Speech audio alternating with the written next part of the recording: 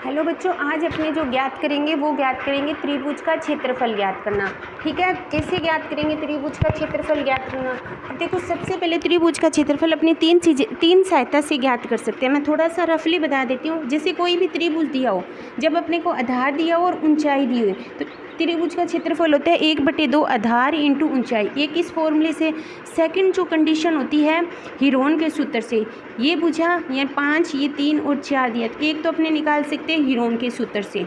ठीक है, एक तो अपने डायरेक्ट फॉर्मूला होता है 1/2 आधार इंटू ऊंचाई से ज्ञात कर सकते हैं। सेकंड होता है हीरोन के सूत्र से। और थर्ड होता है जब त्रिभुज के निर्देशांक दिए होते हैं उस हिसाब से किसी भी त्रिभुज का क्षेत्रफल ज्ञात कर सकते हैं। जैसे ये त्रिभुज दिया है, उसका ये ए है, बी है और सी है। 3 निर्देशांक दिए होते हैं, तो उस सहायता से अपने त्रिभुज का क्षेत्रफल कैसे ज्ञात करते हैं वो आज अपने समझेंगे। ठीक है, अब देखो 3 निर्देशांक दिए, एक 4, 2, सेकंड कौन सा दिया हुआ है माइनस का 3 और 3, और थर्ड दिया हुआ है 5 और माइनस के 2। 3 निर्देशांक दिए हैं, तो 3 ये x1 होता है y1, ये x2 होता है ये y2 और x3 होता है y3। 3 निर्देशांक हैं तो x1 3 होंगे, x1 x2 x3, इसी तरह y1 y2 y और 3।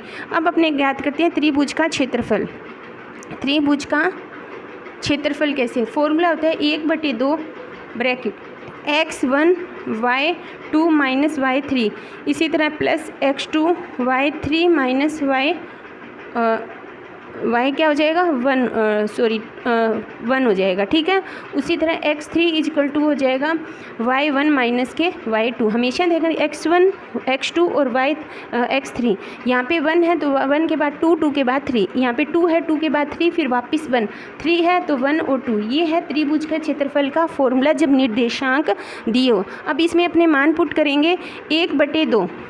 x1 कितना दिया हुआ है 4, y2 कितना दिया हुआ है 3, माइनस y3 कितना दिया है माइनस के 2, क्योंकि यहाँ पे बाहर माइनस है अंदर का है तो इसलिए मैंने इसको ब्रैकेट में रखा है।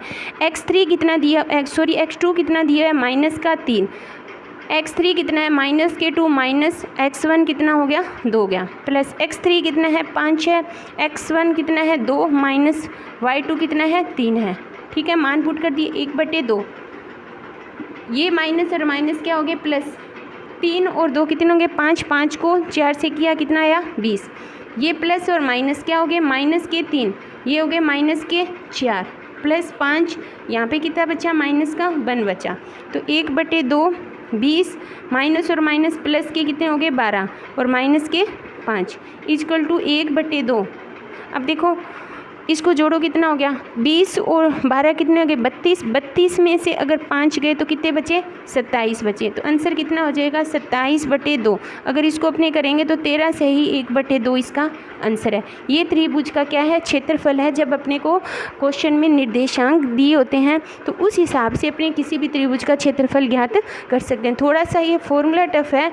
अब हमेशा देखना पहले 1/2 आएगा, ये x1 है, 1 के बाद हमें यहाँ पे x1 x2 और x3, अंदर 1 है, 1 के बाद 2, 2 के बाद 3 आता है, यहाँ पे 2 आ गया, 2 के बाद 3, फिर वापस क्या हो गया 1 हो गया। इसी 3 है, 3 के बाद फिर 1 और फिर 2। इस हिसाब से अपने फॉर्मूला याद करके किसी भी त्रिभुज का क्षेत्रफल ज्ञात कर सकते हैं। इसी हिसाब से अपने चतुर्भुज का क्षेत्रफल भी ज्ञात कर सकते हैं। ठीक है बच्चों, अगर वीडियो अच्छी लगे तो लाइक करना, शेयर करना और चैनल को सब्सक्राइब करना। थैंक यू बच्चों।